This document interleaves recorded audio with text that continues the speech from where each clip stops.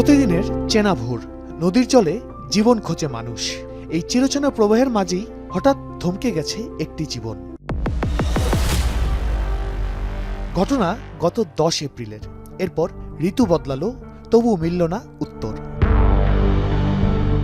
মিরাজ শেখ, নদীর ঢেউয়ের মতো যিনি হারিয়ে গেছেন কোনো এক অদৃশ্যের টানে। তিনি কি সত্যি হারিয়ে গেছেন, নাকি তাকে কেড়ে নিয়েছে কোনো অন্ধকার? এই প্রশ্নের উত্তর খুঁজতেই মংলার জয়মণি ঘোলের দিকে যাত্রা। প্রথম গন্তব্য মিরাজ শেখের বাড়ি। তবে সেখানে গিয়ে দেখা যায় তালা ঝুলছে। স্থানীয়রা জানান, মোটরসাইকেল চালিয়ে করা আয় রোজগারে সংসার চলত মিরাজ শেখের। মাছ ও কাঁকড়া ধরতে যেতেন সুন্দরবনে। ঘটনার পর থেকে মাঝে মধ্যে নিজের বাড়িতে আসেন মিরাজের স্ত্রী, কারণ এখন তাকে থাকতে হচ্ছে পাশে বাপের ভিটায়। খালি খালি কেউ ধরে নেয় না, এমন কিছু কোস্টগার্ড এই পর্যন্ত কারো শুধু কারো ক্ষতি করে নাই। এরপরে যাত্রা মিরাজের শ্বশুর বাড়ির দিকে। পথেই পেয়ে যাই মিরাজের শ্বশুরকে। হ্যাঁ, আসলে আমি শূন্য আমি গেছি যাইয়া ওইখানে যাই দেখছি কি আরে আপনার পল্টন নিয়ে নেস, কোস্টগার্ড নিয়ে নেস। দুইজন কোস্টগার্ড ওই যে শুনতেছি যে দুইজন কোস্টগার্ড এনেছে, যে তারা সে সময় সিভিলে ছিল, সে সময় পোশাকদারি ছিল না।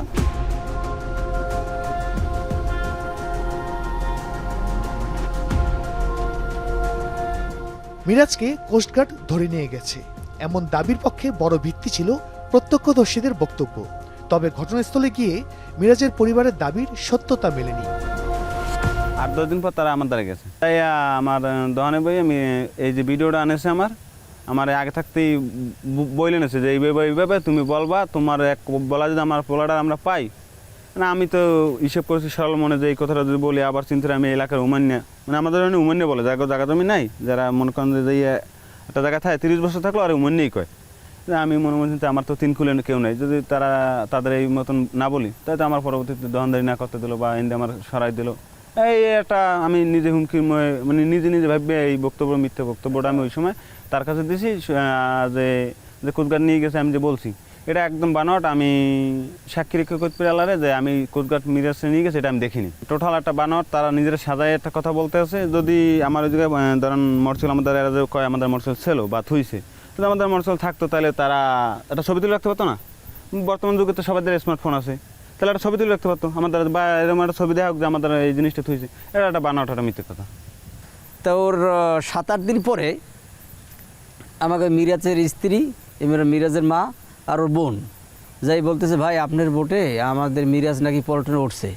আমি কিছু না, মিরাজ রোপ দেখিনি, আর আমাদের কোস্টগার্ডে আমাদের পাবলিকের বোট ব্যবহার করে না, আর আমাদের বোট ডাকেও না, তাদের বোট আছে তাদের বোটে নিয়ে যায়। এটা আমরা ভাও কথা বললে হবে না।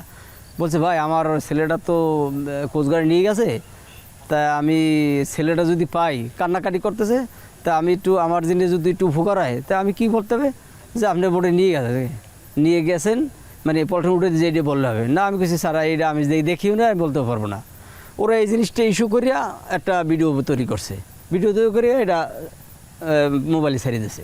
মিরাজের বোন লিজা আটকের সময় উপস্থিত থাকার দাবি করলেও প্রযুক্তি বলছে ঘটনার সময় তিনি যশোরে অবস্থান করছিলেন। তখন বলছিলাম আর 500 টাকা দিয়েছিল, বলছিল যে 500 টাকা নে তুই এই অবস্থায় এইটা বলবি, এতে কোনো সমস্যা হবে না। বলছিল যে মিরাজের নামে বলবি যে মিরাজ আমার পাশে ছেলে কোস্টগার্ডে উড়ে লই গেছে, আমি দেখছি। এখন আমার এই চাপ দেশে এইটা কইয়া যে তুমি ফোন দিয়ে আনাইয়া কোস্টগার্ড দিয়ে ধরাই নেছো, তুমি কোস্টগার্ড দিয়ে ধরাই দিছো আমার বাইরে। মিরাজের বোন বলছে, আর মিরাজের বউ, মিরাজের মা, এই মায়, এই 3 জনে আইয়া আমার ওই বারবার ওই বলছে। আর কইছে সাংবাদিক হবে আনে তুমি কিন্তু এই কবা, আর নাইলে কিন্তু তোমার কেস দিম। তুমি ফোন রেকর্ড আছে, তুমি যদি না কও আমার কথা মতো, তাই কিন্তু তোমারে মার্ডার কেস দিম, তোমার গুম কেস দিম। 72 ঘন্টা ময়েশ্চার লক সমৃদ্ধ লিলি হুইপড শিয়া মিস্টিক গ্লোয়িং বডি ওয়াশ। শিয়া বাটারের গুডনেস স্কিন রিপেয়ার করে রাখে সফট ও গ্লোয়িং, ছড়িয়ে দেয় লং লাস্টিং ফ্রেগন্যান্স।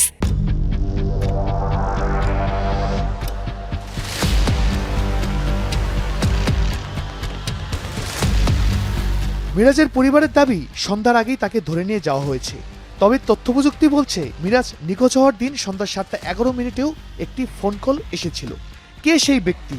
সূত্র ধরে সামনে আসে সুন্দরবনের এক সময়ের আলোচিত নাম ডাকাত ছোট সুমন। টাকা পয়সা কালেকশন করাইতাম ওরে দিয়া, কারণ অপরিচিত মানুষ দিয়ে করাইলে তো নাও দিতে পারে আমার, এর জন্য ওরা দিয়ে করাইতাম। তারপর বাজারঘাট দিয়ে যেত, অস্ত্রগুলো এগুলো মনে করেন ওর কাছে দিয়ে যাইতো, ওইগুলো পুষে দিয়ে যেত আমার এইখানে সুন্দরবনে।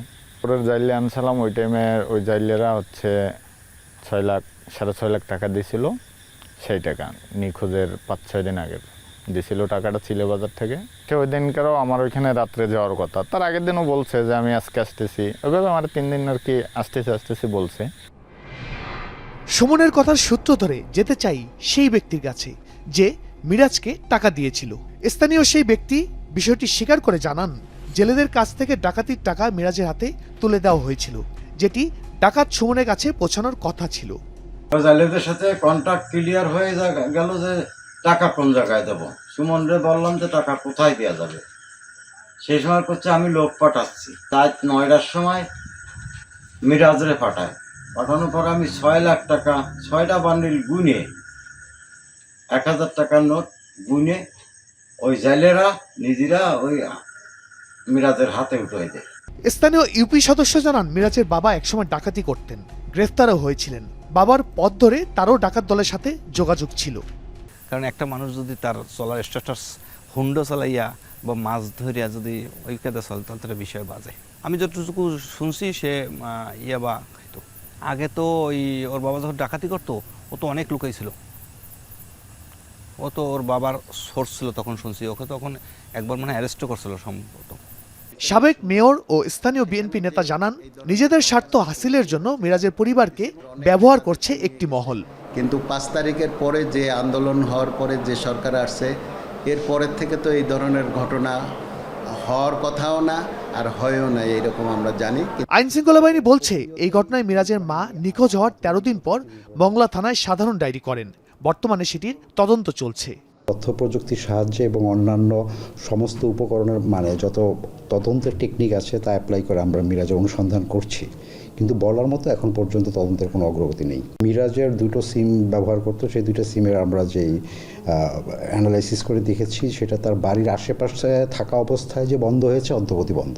অভিযোগ পাওয়ার পর বিষয়টি সর্বোচ্চ গুরুত্বের সঙ্গে পর্যালোচনা করে সংশ্লিষ্ট ইউনিটের অপারেশনাল রেকর্ড, টহল কার্যক্রম, দায়িত্বপ্রাপ্ত সদস্যদের উপস্থিতি এবং অন্যান্য সংশ্লিষ্ট তথ্যাদি বিস্তারিতভাবে যাচাই করা হয়।